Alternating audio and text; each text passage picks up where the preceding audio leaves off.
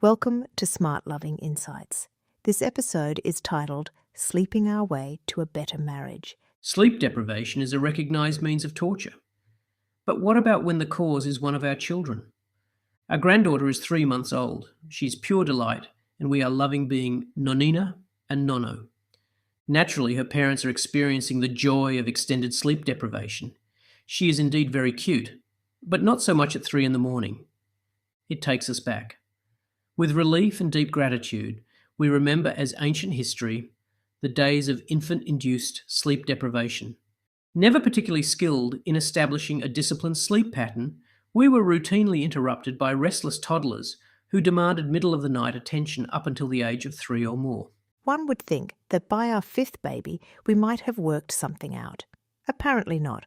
Our fifth, aptly named Marcus, meaning warlike one, was born tongue-tied, leading to feeding problems we did not fully appreciate as he happily gained weight.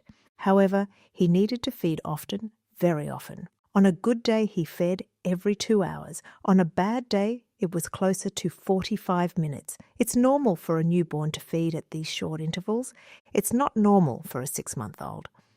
But we were so sleep-deprived, we failed to notice that this essential extension in the feeding interval had failed to occur. By 6 months, we were like walking zombies and barely keeping things together. We'd never been able to agree on a sleep policy for our babies and often debated, aka argued, different strategies. Marcus pushed us to a new level. We nicknamed him our weapon of mass destruction, as he had totally trashed our lives and our relationship. Sleep deprivation is marriage enemy number 1 in our book.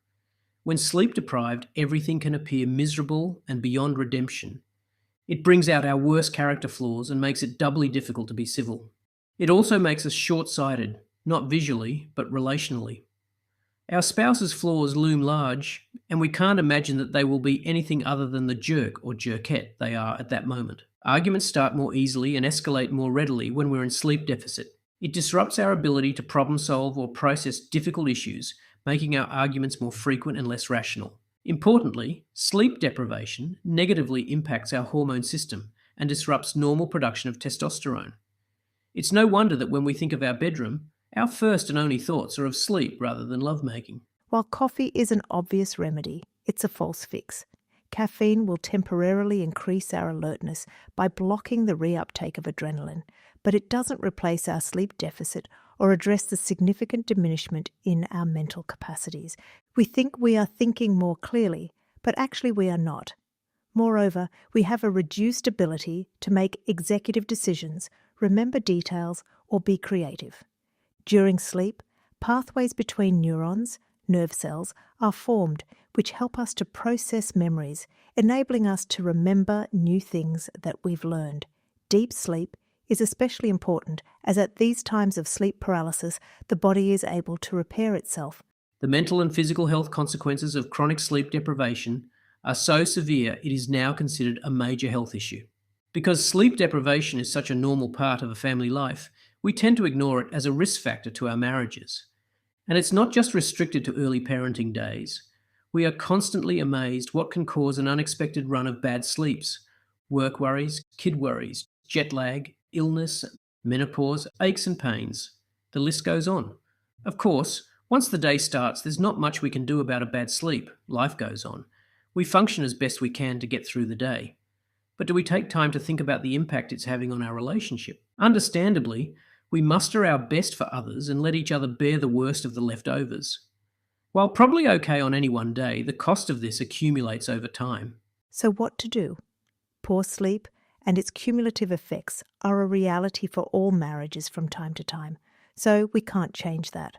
A friend of ours, a mother of 10, who always looked for the positive angle, encouraged us as new parents with this thought. Sleep deprivation taught her a valuable lesson. She could still function without sleep when she had to. There is a kind of mental liberation that comes with rising above sleep deprivation. It's good to know that if we need to, we can function without our 7 to 8 hours of sleep. The advice was helpful to us, but as we discovered, not sufficient.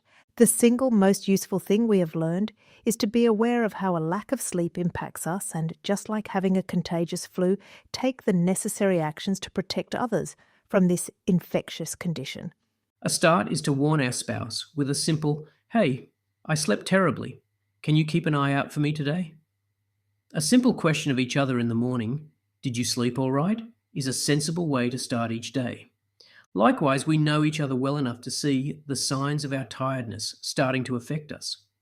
A gentle, "Hey, you are really tired. What can I do to make your day a little easier?"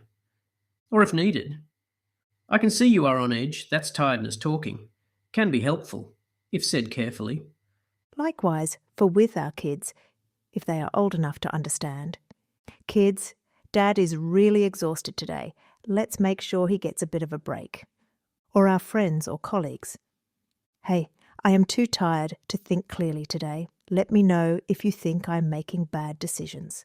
As we learned the hard way, it's one thing to be tired, that's not in our control, but it's another to let that tiredness knowingly take control of us. Our spouse is the one who knows us best.